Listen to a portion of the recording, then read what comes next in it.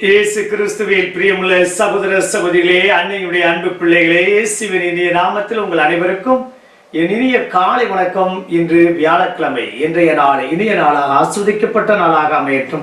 நீங்க எல்லாரும் நல்லா இருக்கணும். பிரியமான சகோதர சொல்லே, அரேபிய நாட்டில் ஒரு இளைஞன் வாழ்ந்து வந்தார். ஏதோ எதிர்பாராத விதமாக அந்த இளைஞனுடைய அப்பாவை எதிரிகள் கொன்று விட்டார்கள். ஆகையால் அந்த இளைஞனுக்குள் கொலவெறி தலைக்கேறியது, கோபமும் தலைக்கேறியது. எப்படியாவது தன்னுடைய அப்பாவை கொன்றவர்களை அடியோடு சாய்க்க வேண்டும் என்று கோபம். அந்த அரேபிய நாட்டில் ஒரு பழக்கம் இருந்தது.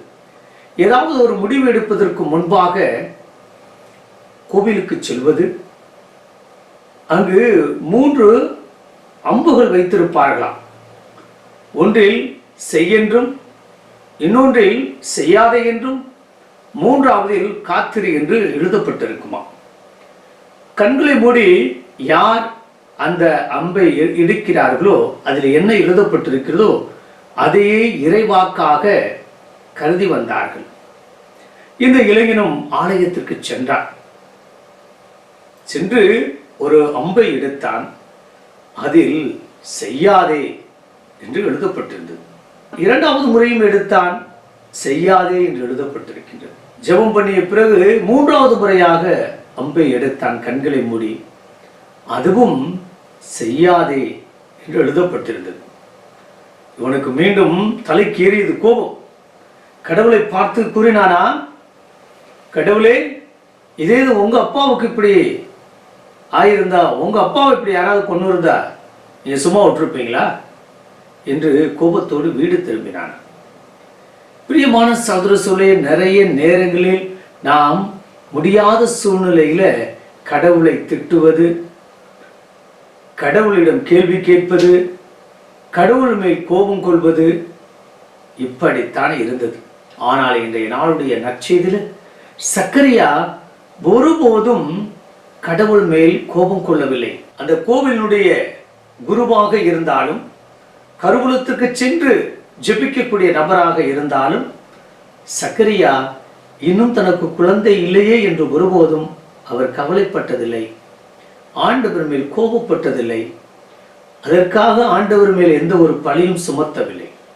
தன்னுடைய பயனற்ற நிலையை, தன்னுடைய அந்த முதிர்ந்த வயதை அவர் நினைத்து பார்க்கின்றார். பிரியமான சகோதர சொல்லே, யூத சமுதாயத்தில் குழந்தை பாக்கியம் இல்லை என்றால் அது ஒரு சாபக்கேடாக பார்த்தார்கள். வித்தியாசமான கண்ணோட்டத்தில் பார்த்தார்கள். இன்றைய காலகட்டத்திலும் கூட அப்படித்தானே நடக்கின்றது. என்னதான் செல்வ செழிப்பாக இருந்தாலும் கூட குழந்தை இல்லை என்றால் நம்முடைய பார்வை அவர்களை தாழ்வாக பார்ப்பது, கீழாக பார்ப்பது.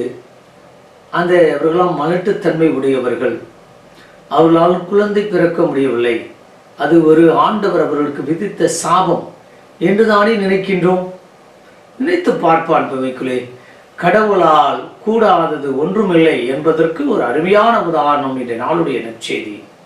முதிர்ந்த வயதில் இருக்கக்கூடிய சக்கரியாவையும் எலிசபெத்தையும் ஆண்டவர் ஆசீர்வதித்து, குழந்தை பெறவே முடியாது, அவர் ஒரு மலடி என்றெல்லாம் பெயர் சூட்டப்பட்ட அந்த முதிர்ந்த வயதில் இருந்த எலிசபெத்து கருவுற்று ஒரு மகனை பெற்றெடுக்கின்றார். அவர்தான் திருமுழுக்கு யோவான் என்றால் அது மிகையாகாது.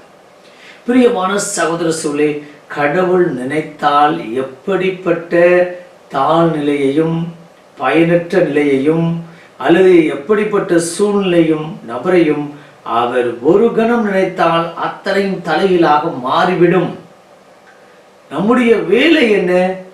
நம்புவது, ஜெபிப்பது, மன உறுதியோடு இருக்க வேண்டும். ஆண்டவர் தாமதமாக கொடுத்தாலே எனக்கு தரமானதை கொடுப்பார்.